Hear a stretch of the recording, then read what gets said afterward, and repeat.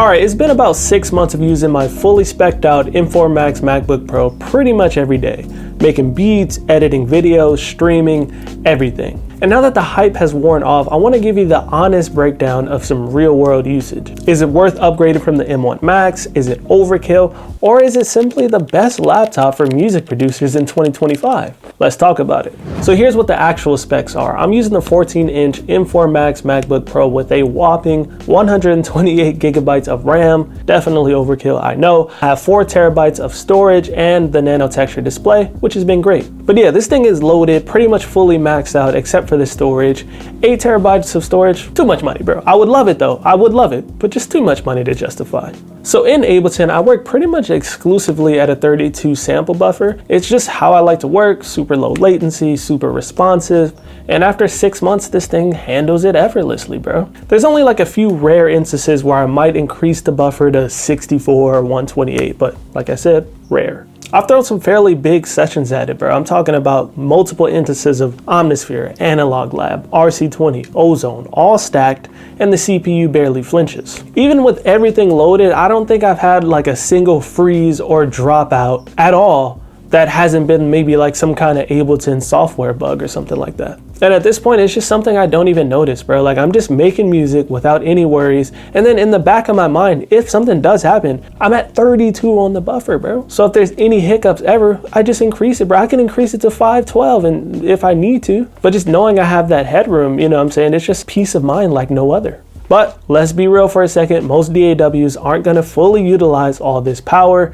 Ableton runs great, but you're not gonna see a night and day difference unless you're maxing out the sessions. So what does all that power actually get you? In my opinion, headroom, stability, confidence that your setups won't slow down your ideas. That's what makes this laptop feel really pro to me. Like I mentioned earlier, it's just like a peace of mind that this thing can handle whatever I throw at it at all times. Now, where I really see a difference every single day is export times. Whether I'm exporting a full song, bouncing out stems, editing a YouTube video in Final Cut, this thing is fast, bro. Like, I'm talking double the speeds of my M1 Max, which was already super fast. I'm sure some of you can relate to this, but like, I used to export a beat or a video, and then I just instantly pick up my phone and start scrolling Instagram Reels, bro.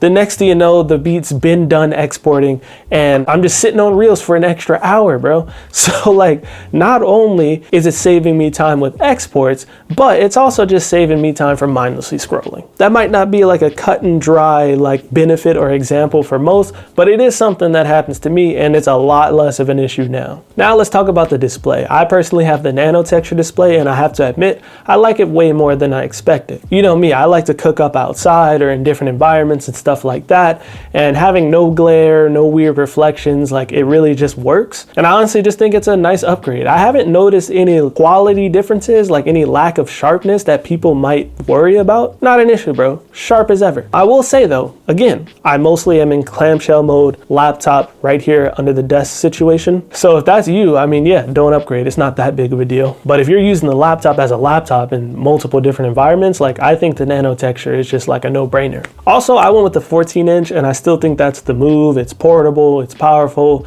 and it's just easy to travel with. Only time I wish I had more screen space is when I'm like cooking up on the couch or something, but honestly, I do use my Apple Vision Pro as like a mega display every now and then. That's kind of like one of the only uses of that hunk of metal these days, but that's not as much of an issue. One thing I have noticed is the way I have my laptop set up, like right here under this little desk shelf, it does get hot under there, and the fans do kind of kick on often. I've heard that the 16-inch, since it's bigger, it has like better cooling, so maybe the fans don't kick on as much with that one. So if that's something that worries you, you might want to think about that. But as far as like me cooking up in different areas of the house and whatnot, it doesn't really get too hot, or the fans don't really kick on too much. It's really just this specific situation for me. Let's talk storage. I personally went with 4 terabytes of storage. Honestly, that's the lowest I would be willing to go, and also kind of the highest if we're talking about the price of, I think the next jump up is 6 terabytes or 8 terabytes, and it's just like a huge jump in price that I'm just like, nah, bro. But like I mentioned in that last video, I am someone who keeps everything on my laptop.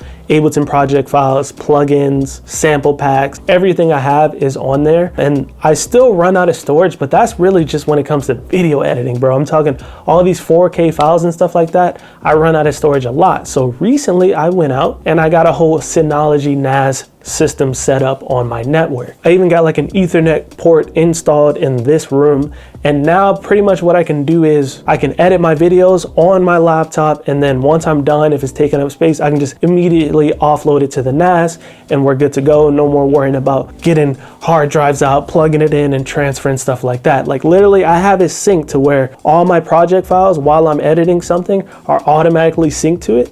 And once I delete something off of the laptop, it remains on the NAS. It's really a great setup. So I personally am not worried about storage anymore. 4 terabytes is good enough for me. So has there been any issues or downsides? After 6 months, I don't really have any complaints at all, honestly. Like this laptop is low-key perfect. I'm not trying to be an Apple fanboy glazer, but like the laptop is kind of flawless. I can't think of anything they could do to improve it besides making it faster, which is like what they're best at. They're gonna do that every year, just make it a little bit faster, but like how much faster are you gonna get, bro? But again, don't get me wrong, like there's still software issues here and there. I still run into the occasional like Final Cut Pro crashing and stuff like that, or just like when you're working in music, all the old music software, there's always gonna be some kind of hiccup. So on that end, yeah, sure, it's not perfect. But again, all those software things, whether it's like the DAW is not optimized to really take full power of these chips and all that kind of stuff, it ain't got nothing to do with the hardware, you know what I'm saying? So technically not the MacBook's fault. Let's talk about something I get asked a lot.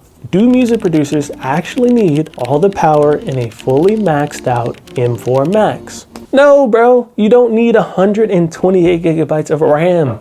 I'm just insane, you know what I'm saying? Like the crazy CPU and GPU upgrades, you won't feel most of them when you're just making beats. Like some plugins might be demanding, but a lot of DAWs like Ableton and FL still aren't fully optimized to take advantage of all that power. What matters most for producers is being able to run big sessions at low buffer sizes without dropouts. And yes, this handles that no problem. But in my opinion, where the extra power really shines is in video editing. That's where the M4 Max flexes, bro. Export speeds, rendering, real-time playback. It's a big difference if content creation is part of your workflow. And let's keep it a bean, if you're trying to pursue a music career in 2025, content creation better be a part of your workflow, bro. It's just the world we live in now. So the $2,000 to $6,000 question is it still worth it? Will I still recommend it in 2025? I mean, yeah, bro. Back when I did the stress test stacking 40 plus plugins at a 32 sample buffer, I was surprised how well it handled it. 6 months later, it still hasn't flinched. The power hasn't just held up. It's pretty much just become my new normal. And I see this laptop lasting me for years. But like I said, if you're just making beats, you can just get the M4 Pro and bump up the RAM and storage a bit if you want. But if you also edit video and want something super future-proof and have the funds to justify it, then yeah, this thing makes sense. It's not cheap, it's a workhorse, it's an investment, and it just gives me the peace of mind that I won't need to upgrade anytime soon, bro. But I mean, you know, we'll see what they come up with next.